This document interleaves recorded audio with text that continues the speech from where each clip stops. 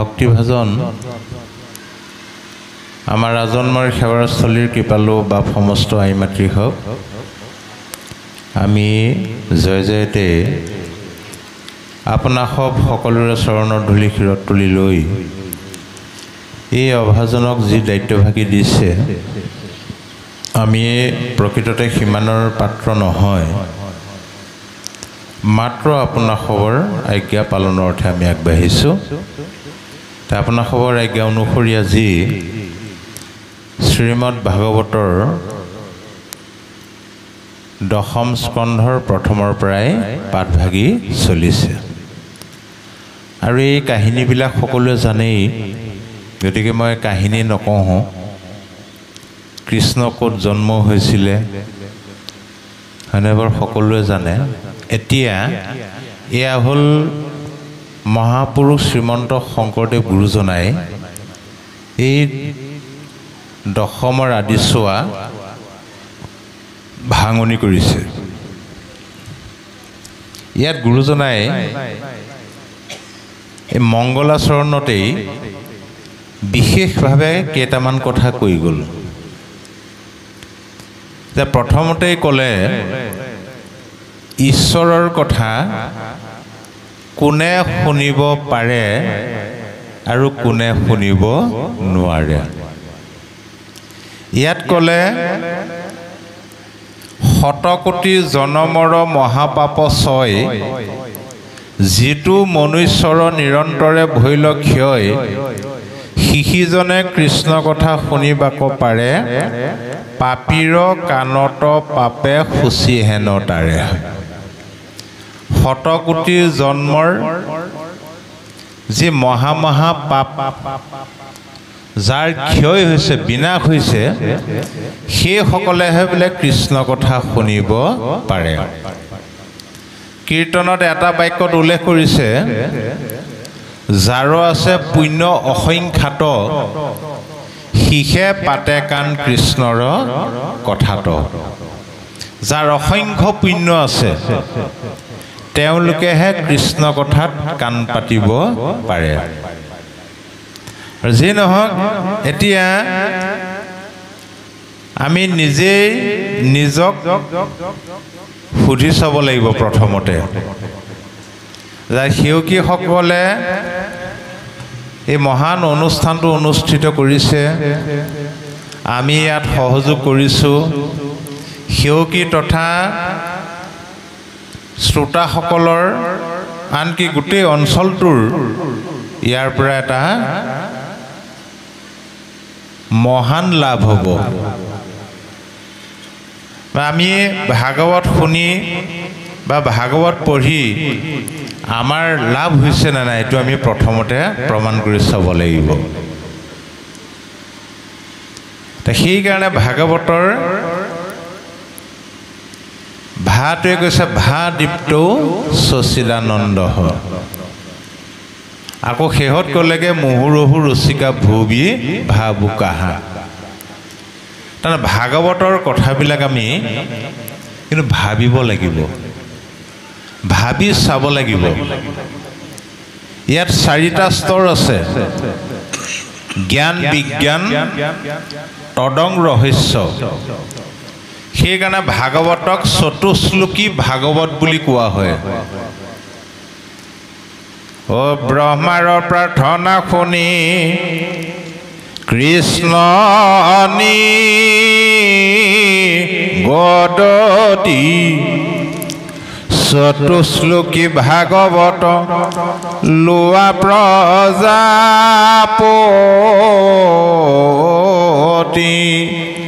সেই চতুশ্লোকী জ্ঞান বিজ্ঞান তদং আৰু ৰহস্য জ্ঞান আজি আমি শাস্ত্ৰ পঢ়িছোঁ বা শুনিছোঁ এইটো হ'ল জ্ঞান গীতাত কৈছে সকলো যজ্ঞতকৈ শ্ৰেষ্ঠ যজ্ঞ হ'ল জ্ঞান যজ্ঞ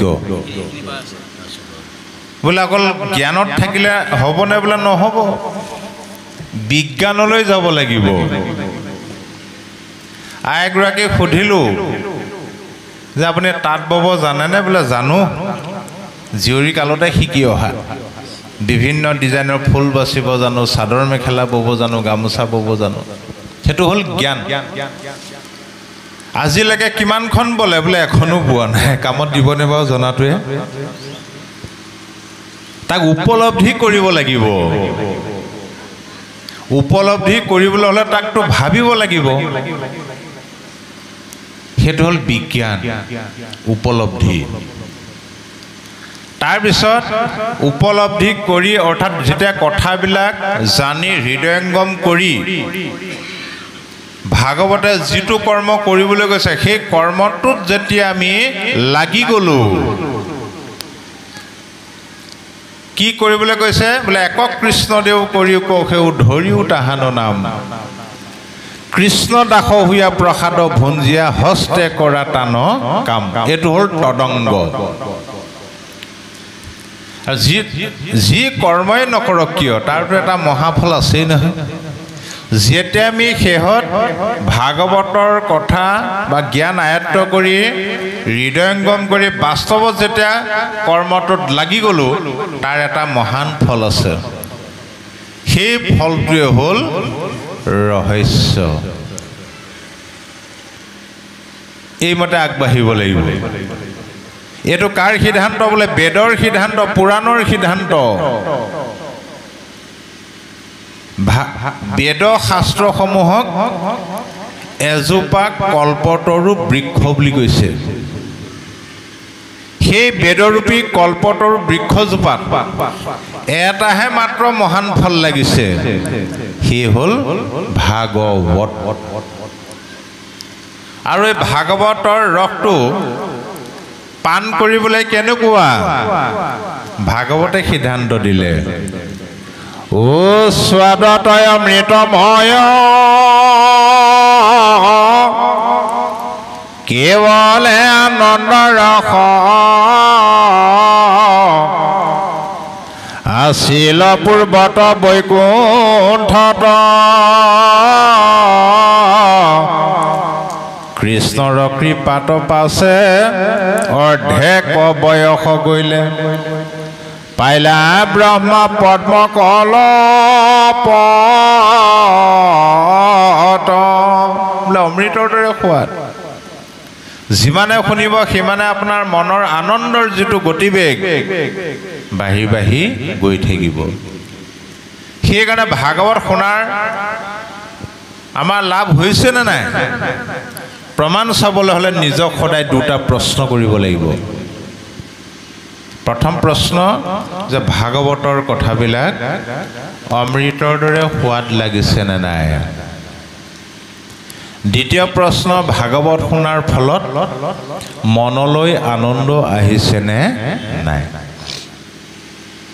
যদি দুইটাৰ ভিতৰত এটাও হোৱা নাই, ভাগৱত শুনি শুনি আমুৱাইছেহে আৰু, তেন্তে জানক আপোনাৰ পূৰ্বজন্মৰ কিবা বিকাৰ এটা আছে। এইটোৱে বিকাৰটো। ঐ অনেক জনমে যাৰ সুকীৰ্তি আশ্ৰয়, বিচাৰি পাইবে নাম সিতম হাসয়। যাৰ অনেক জন্মৰ সুকীৰ্তি, সৎকৰ্মৰ ফল মহা মহা পুণ্য জমা হৈ আছে, তেওঁলোকেহে ভাগৱত শুনিবলৈ আগ্ৰহ কৰিব।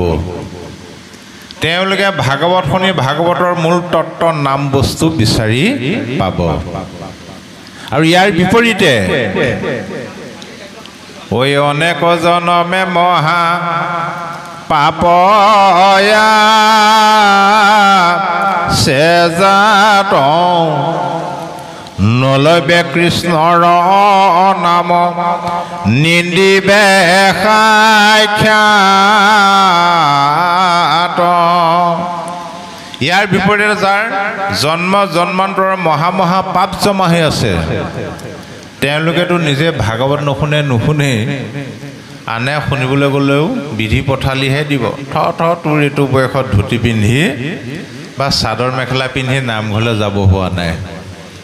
চাকৰিয়ালসকলে বাট চাই থাকে, ৰিটায়াৰ হৈ লৈ যাম আৰু নামঘৰলৈ।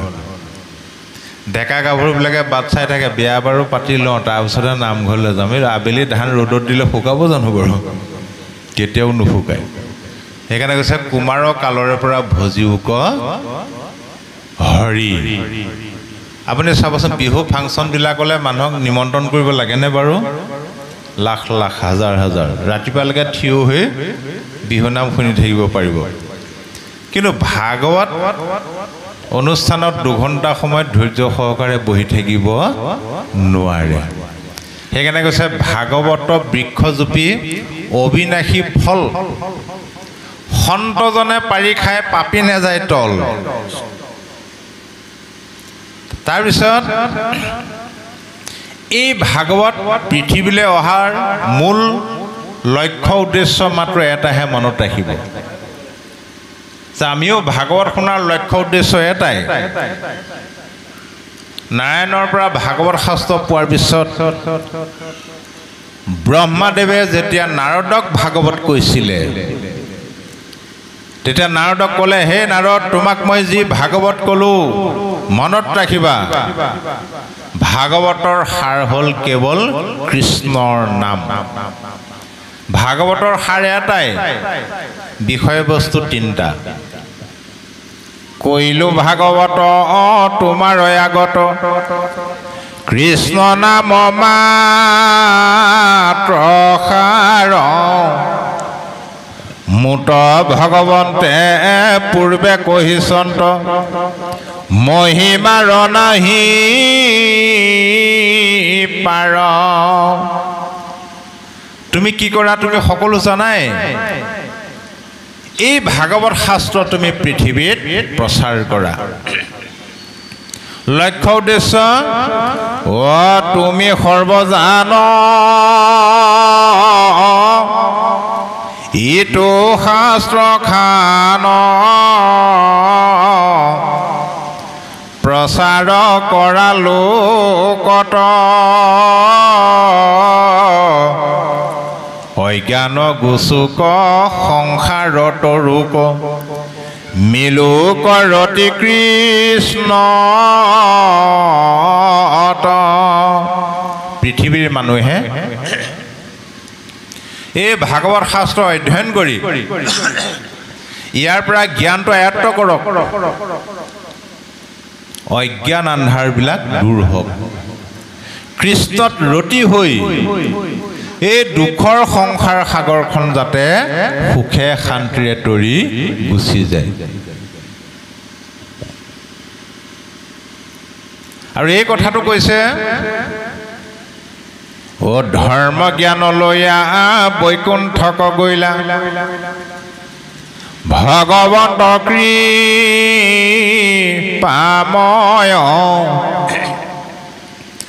অজ্ঞান আন্ধাৰ বিনাশ কৰিতে, ই শাস্ত্ৰ ভৈলায়ু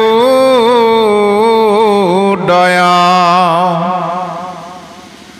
যে প্ৰভু ভগৱন্ত বৈকুণ্ঠলৈ গ'ল, বৈকুণ্ঠলৈ যাওঁতে 2টা টোপোলাৰ লগত লৈ গ'ল, আমালৈ মাত্ৰ 1টা টোপোলাহে থৈ গ'ল। অজ্ঞান আন্ধাৰ বিনাশ কৰিবৰ কাৰণেই ই শাস্ত্ৰ ভৈলা উদয়, ভাগৱত শাস্ত্ৰ উদয় হৈ গ'ল। আৰু সেই ভাগৱতৰ যোগেদি এটা ডাঙৰ টোপোলা আমাৰ কাৰণে থৈ গ'ল। এতিয়া বাৰু আপুনি নিজক প্ৰশ্ন কৰক, আমি লৈ যোৱা 2টা টোপোলাত গুৰুত্ব দিব লাগে নে থৈ যোৱাটোত গুৰুত্ব দিব লাগে? ভাবক। আমি থৈ যোৱাটোতহে গুৰুত্ব দিব লাগে। যি লৈ গ'ল গ'ল, আৰু আমাৰ কাৰণে প্ৰয়োজন নাই, তাত গুৰুত্ব দি লাভ নাই। বোলে কি 2টা টোপোলা লৈ গ'ল, আমাৰ কাৰণে কোনটো টোপোলা থৈ গ'ল? এতিয়া পৃথিৱী এৰিলা কৃষ্ণে, ধৰ্ম জ্ঞান লৈ, গৈলা বৈকুণ্ঠক ঐত, গুণ নাম থৈ। কি লৈ গ'ল? ধৰ্ম আৰু জ্ঞান, এই 2টা টোপোলা লগত লৈ গ'ল।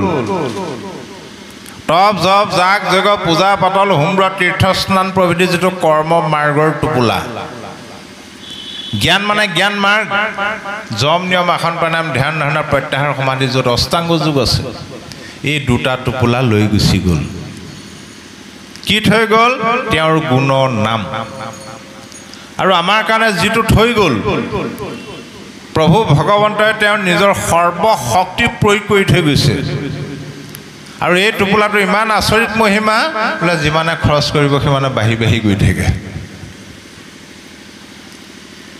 আৰু পূৰ্বতে স্বয়ং ভগৱন্ত কৃষ্ণদেৱ স্বচক্ষুৰে দৰ্শন কৰি যিটো ফল পাইছিলে কলিৰ মনুষ্য বোলে ইমান ভাগ্যৱান এই দুটা চকুৰে কৃষ্ণক সাক্ষাৎ নেদেখিলেও দেখা সকলতকৈ বোলে বেছি ফল পায় আজি আমি বেছি ফল পাইছোঁ পাৱে যেন ফল পূৰ্বে কৃষ্ণ দৰ্শনে ততোধিক পাৱে আবে নামৰ কীৰ্তনে তেওঁৰ নাম লৈ বেছি ফল পায় আৰু ইয়াৰ পৰা সেই ফলটো পাবলৈ হ'লে আমাক মাত্ৰ এটা বস্তুৱেই প্ৰয়োজন সেইটোৱেই হ'ল সুদৃঢ় বিশ্বাস বিশ্বাসে নামৰ কক্ষা বিশ্বাস নভৰিলে নামে নকৰন্ত ৰক্ষা কিন্তু নামক বিশ্বাস কৰিবলৈ হ'লে আমি কিন্তু অন্ধবিশ্বাসবিলাক মনৰ পৰা দূৰ কৰিব লাগিব আজি যুগটো চাওকচোন পৃথিৱীৰ ভিতৰত একেবাৰে প্ৰাচীন সভ্যতা হ'ল ভাৰতীয় সভ্যতা সেই তুলনাত আজি ভাৰতবৰ্ষই পৃথিৱী শাসন কৰি থাকিব পাৰিব লাগিছিলে আমেৰিকা ৰাছিয়া চাইনা এইবিলাকৰ ওপৰত থাকিব লাগিছিলে ভাৰতবৰ্ষ কিন্তু এতিয়াও পিছ পৰি আছে তাৰ মূল কাৰণটোৱে হ'ল আমাৰ অসম তথা ভাৰতবৰ্ষখন হ'ল কুসংস্কাৰ আৰু অন্ধবিশ্বাসেৰে ভৰা এতিয়াও গেছৰ প্ৰব্লেম হ'লে এতিয়াও পানী কাটি খায় জাৰি খায় হয়নে অন্ধবিশ্বাস আইসকলৰ মাজত কিমান অন্ধবিশ্বাস এজনী ছোৱালীৰ দুখন বিয়া হোৱা কোনো হিন্দু শাস্ত্ৰতে নাই এতিয়া আমাৰ সৰু বিয়াখনহে বৰ বিয়াতকৈও ডাঙৰকৈ পাতে হয়নে সেইটো পৰম্পৰাগতভাৱে চলি গ'ল আৰু তাত বহুত কুসংস্কাৰ আৰু অন্ধবিশ্বাসৰ আশ্ৰয় লয় এতিয়াও বোলে শনিবাৰে মঙলবাৰে বাঁহ কাটিব নাপায় দাড়ি চুলি নখ কাটিব নাপায় এতিয়াও চলি আছে আমাৰ সমাজত ক'ত লিখা আছে এইটো অন্ধবিশ্বাস ইয়াত বাৰৰ লগত কি কথাটো আছে গ্ৰহৰ ভিতৰত আটাইতকৈ সুন্দৰ বা ধুনীয়া গ্ৰহটো হ'ল শনি গ্ৰহ গতিকে শনিবাৰে কৰা কাম ধুনীয়া হ'ব নে বেয়া হ'ব এতিয়া আকৌ মংগলটো অমংগল কৰি পেলালে নহয়নে বাৰু আবেলি দাড়ি চুলি নখ কাটিব নাপায় এইটো বিজ্ঞানসন্মত কথা ভাগৱত হ'ল বিজ্ঞানসন্মত বাস্তৱবাদ আবেলি দাড়ি চুলি নখ কিয় কাটিব নালাগে আহাৰ খোৱাৰ পিছত তাৰ পৰা ৰস হৈ সেই ৰস দাড়ি চুলি নখ এইবিলাকে গ্ৰহণ কৰে তেওঁলোকে আহাৰ গ্ৰহণ কৰি থাকোঁতে যদি কাটি দিয়ে তেতিয়া চকুৰ দৃষ্টি কমিব পাৰে ইত্যাদি বহুত আইসকলে চেলাউৰিহে উঘালিব নাপায় সেইটো আকৌ নামানে চেলাউৰি কেলৈ উঘালিব নাপায় যিমান উঘালিব সিমানে চকু পাৱাৰটো কমি কমি আহি থাকিব এতিয়া আগৰ দিনত এনেকুৱা আছিলে আইসকলে বোলে বাপজনৰ নামটোও কাঢ়িব নাপায় হয়নে আজিকালি বাৰু তই তই মই মইকেই মাতে আগতে বাপজনৰ নামটোও নাকাঢ়ে সেইটো অন্ধবিশ্বাস সেইটো কৰিলেও মানে কেতিয়াবা বিপদত পৰিবলগীয়া এবাৰ এগৰাকী আই পৰিলে নহয় বিপদত ডাঙৰ বিপদত পৰিলে বাপজনৰ নামটো কাঢ়িব নাপায় তেওঁ বাপজনৰ নামটো আছিলে মানে গোবিন্দ গম পাইছেনে গোবিন্দ আকৌ গোটেই অঞ্চলটোৰ ভিতৰতে ভাল নামতি তেওঁ নহ'লে নামেই নচলে এবাৰ মানে এনেকুৱা নামৰ নিমন্ত্ৰণ হ'ল ৰাজহুৱা নাম গোবিন্দ কাঁহ চৰ্দি হৈ মাতটো বহি আছিলে আইগৰাকীও ভাল নামতি আছিলে মাতটোও ডাঙৰ আইগৰাকীক ক'লে তোমাৰ আমুক বাৰে ক'ৰবাত নিমন্ত্ৰণ আছে নেকি বোলে নাই এই মোৰ লগতে ওলাবা আহি মাতটো বহি আছে মোৰ আমুক গাঁৱত মানে নামৰ দায়িত্ব আছে গতিকে তুমি আইসকলৰ মাজত বহি নামটো একদম চিঞৰি উঠাই দিবা বোলে হ'ব চাইকেলক ইয়াতে জাপ মাৰি বহি লাওঁ নামৰ জেগা পালেহি গোবিন্দৰ নামৰ আসনত বহিল আইগৰাকীক আইসকলৰ মাজত বহুৱাই পেলাই ইংগিতটো দিলে বোলে ধৰিবা দেই বোলে হ'ব হ'ব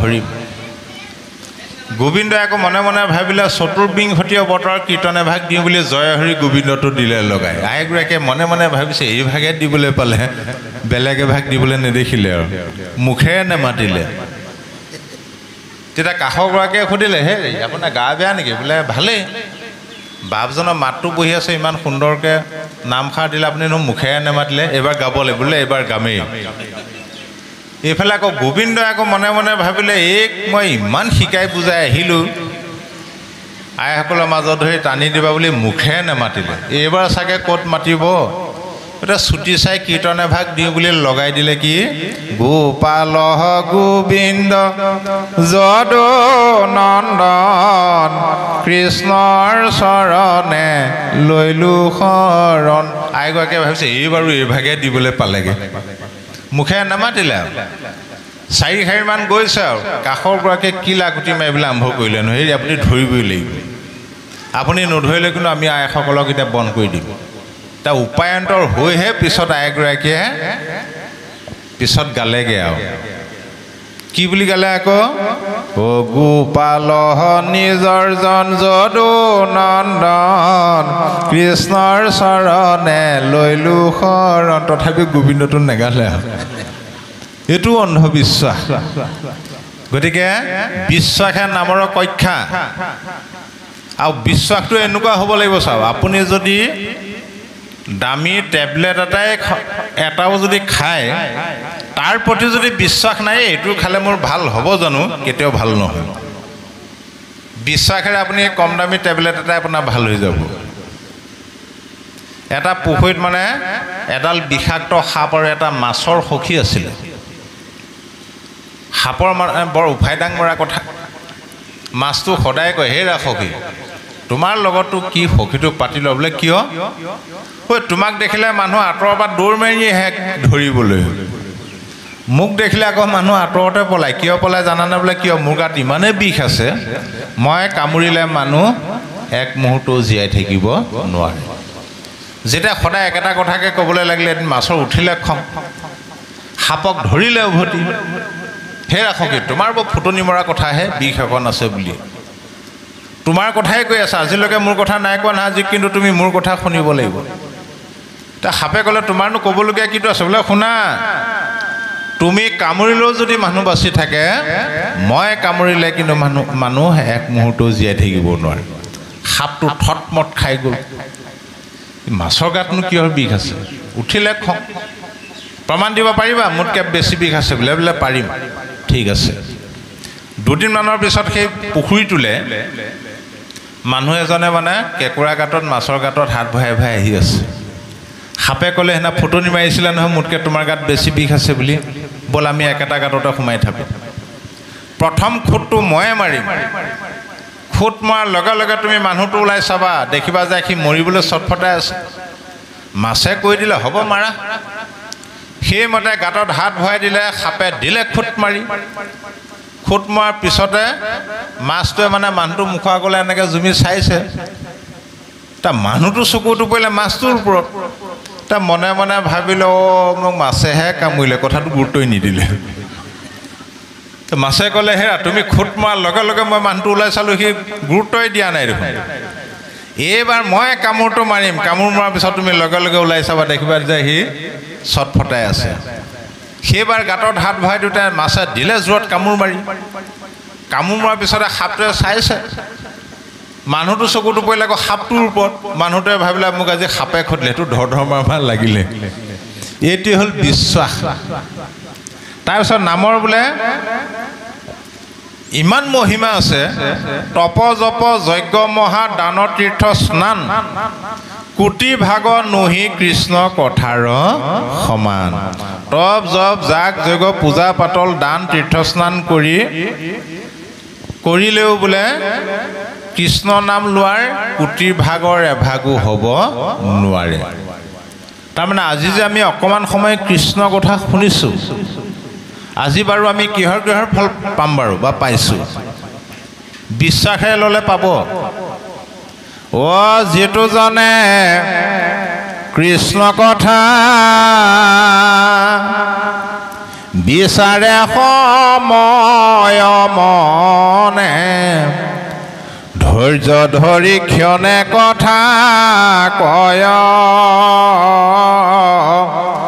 যত তীৰ্থ স্নান দান দেৱ পিতৃ যজ্ঞ যাগ যোগাদিৰ ফলক পাৱয়। যি লোকে কৃষ্ণ কথা শুনিবলৈ মাজে মাজে বিচাৰে অকণমান সুবিধাটো পালে ধৈৰ্য ধৰি শুনি থাকে। আজি হয়তো বহুতৰে কঁকাল বিষাই গৈছেগৈ নে বাৰু, আঁঠু কুটকুটাই গৈছেগৈ, হ'লেও কৃষ্ণ কথা বুলি ধৈৰ্য ধৰি শুনি আছে। আজি আপোনালোকে কিহৰ কিহৰ ফল পাব? যত তীৰ্থ স্নান 12 বছৰ একেৰাহে লাখ লাখ টকা খৰচ কৰি তীৰ্থত স্নান কৰিলে যিটো ফল পায় আজি আমি কৃষ্ণ কথা শুনি পাই গ'লোঁ। কাৰণ দেৱতো তীৰ্থটো কৰি ভকতে সেবৰ ভকতক ভজিলে গুছে কৰ্মজৰ। ঐচ্যুতৰ সন্ত কথা যি স্থানে আশ্ৰয় গংগা গয়া বাৰাণসী তহিতে থাকয় যমুনা নৰ্মদা গোদাবৰী তীৰ্থ যত সৰস্বতী আদি কৰি বহন্ত সমস্ত। য'তেই কৃষ্ণ কথা ত'তেই বিলাক গংগা যমুনা সৰস্বতীকে আদি কৰি তীৰ্থবিলাক এনেই বৈ আছে। সেইকাৰণে সকলো তীৰ্থতকৈ ভকত তীৰ্থ হ'ল শ্ৰেষ্ঠ। দানৰ ভিতৰত আটাইতকৈ ডাঙৰ দানটো হ'ল তোলা দান। যিজনক দান কৰিব তেওঁৰ গাৰ সমান ওজনৰ সোণ দান দিয়াটোক তোলা দান বুলি কয়। তেওঁৰ গাৰ ওজন যদি 70 কেজি হয় তেন্তে 70 কেজি সোণ দান দিবলগীয়া হৈছিলে। আগৰ ৰজা মহাৰজাবিলাকে দিছিল। আজি আমি এৰতিও নিদিয়াকৈ 70 কেজি সোণ দান দিয়াৰ ফলটো পাইছোঁ। কিমান ভাগ্যৱান! সেইকাৰণে 4 যুগৰ ভিতৰত কলিযুগ হ'ল শ্ৰেষ্ঠ যুগ। পিতৃ মৃত্যু হোৱা তাৰিখত বছৰে বছৰে নিজৰ নিজৰ নিয়ম অনুসৰি কিছুমানে হয়তো পিণ্ড দিয়ে, কিছুমানে শ্ৰাদ্ধ পাতে, কিছুমানে একো নকৰি কেৱল নামষাৰ গোৱাই যিটো ফল পায়। আজি আমি কৃষ্ণ নাম কথা শুনি পাই গ'লোঁ। বেলেগকৈ নিৰ্দিষ্ট তাৰিখত আকৌ মৃত্যু তিথিৰো পতাৰ কোনো প্ৰয়োজন নাই। কিয়নো বোলে জীৱৰ মৃত্যুৱেই নাই। গীতাত অৰ্জুনে ক'লে, হে ৰাক্ষসী, জীয়াই থাকোঁতে পিতৃ মাতৃক শ্ৰাদ্ধ পাতা পিণ্ড দিয়া, কৰ্মফলে পিতৃ মাতৃ। এইটো বৈষ্ণৱমৃত গ্ৰন্থত কৈছে। স্বৰ্গে নৰকে যাই প্ৰসাদ ভুঞ্জিবাক লাগি কেহু নথাকৈ।